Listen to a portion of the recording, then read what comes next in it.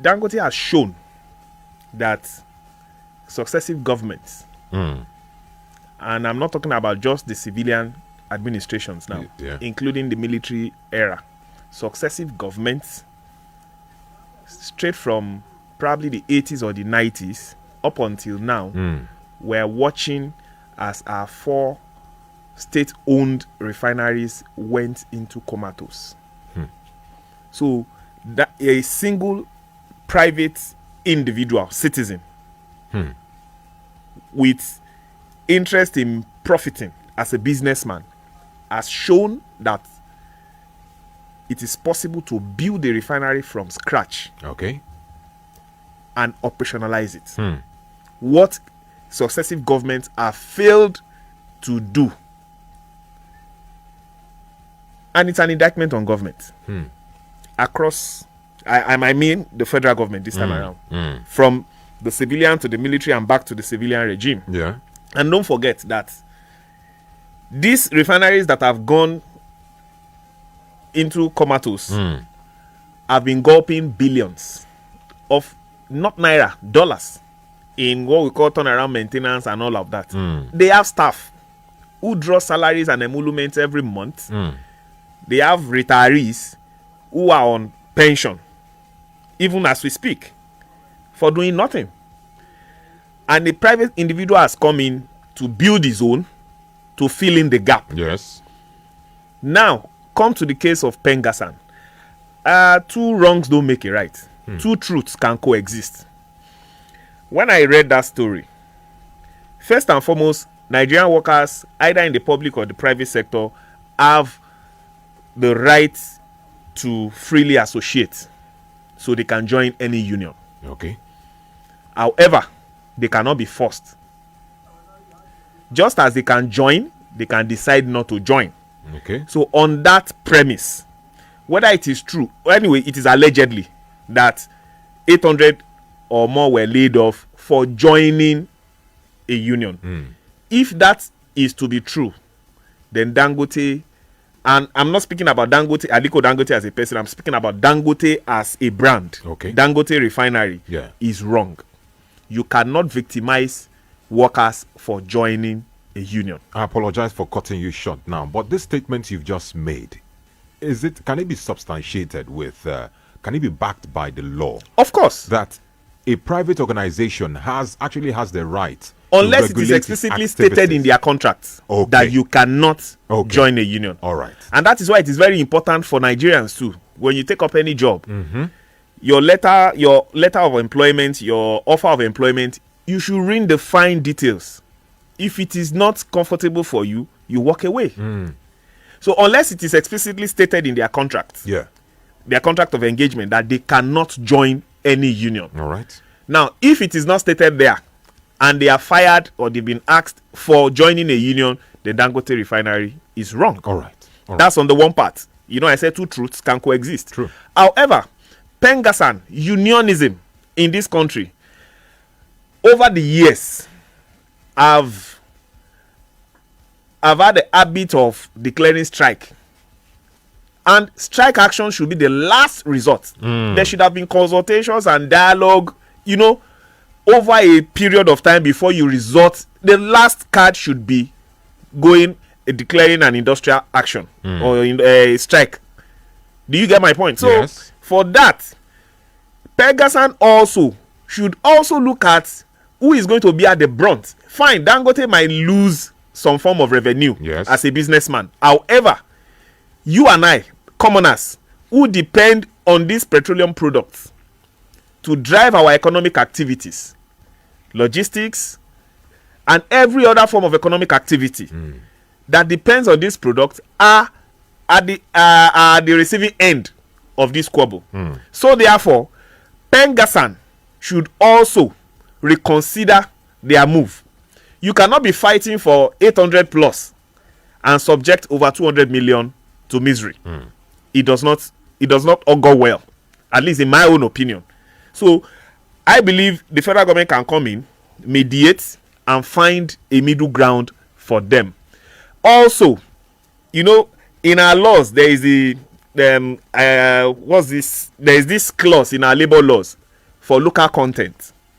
Now, this local content, if Dangote has replaced over 800 of Nigerian citizens with foreigners, he is also wrong. However, self-interest is inherent with human nature, and as a businessman who is out to make profit, you cannot dictate how he will run his business. Okay. So far as he has not violated any law. If he has violated any of these laws, then he should also be sanctioned. All right. Well, you mentioned that the government needs to step in to find a level playing ground. As it stands right now, what move or what kind of card should the government play right now? Because they stand as an umpire between these two, the union and also the brand called Dangote. Yeah. So what kind of move should the government take right now? First and foremost, I will advise that the Ministry of Labour should scrutinize the contracts of the laid off workers. If it is explicitly stated in their contract that they cannot join any union, then those workers are wrong. However, if it is not in their contract, then Dangote has no choice than to reabsorb them. Okay. Should be mandated to reabsorb them. He can now drum up whatever excuse later to lay them off.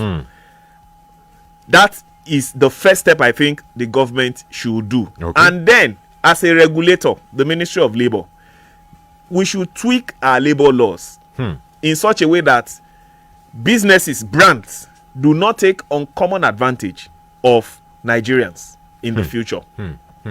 Thank you so much, Mr. Lawal, for your submission. I really appreciate that. Well, let's hear from our listeners at home. We've been talking about the rift between PENGASSAN, the Petroleum and Natural Gas Senior Staff Association of Nigeria, and Dangote Refineries. They are accusing Dangote Refineries of sabotage. What do you make of this issue, and how do you think it's going to affect you as a common Nigerian? Hello, good morning. Good morning. Yeah, good morning. This is retaliatory calling from Port Harcourt. You're most welcome.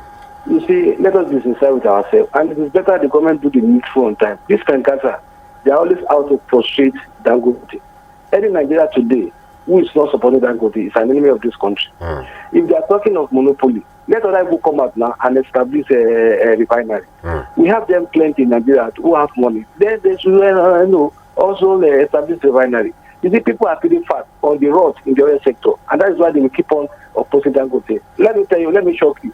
You know that for every truck that load in any refinery with PENGASSAN and PENG, the PTD will collect 50,000 naira. You can imagine how much this will amount to in a day. When they do this thing, they spread the price of in the station. That's why we buy. If not for Dangote that has came on board, you know how much only God know how much we will have been buying petrol today. So this should play. It is not my fault that it belongs to any union that will not do anybody good.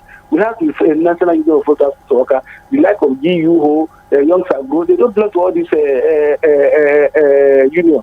It's just because they are all out to sabotage at their own profit. So we want the government to please come out on time and solve this problem. Because if Nigerians will go on street again, we don't know what we have.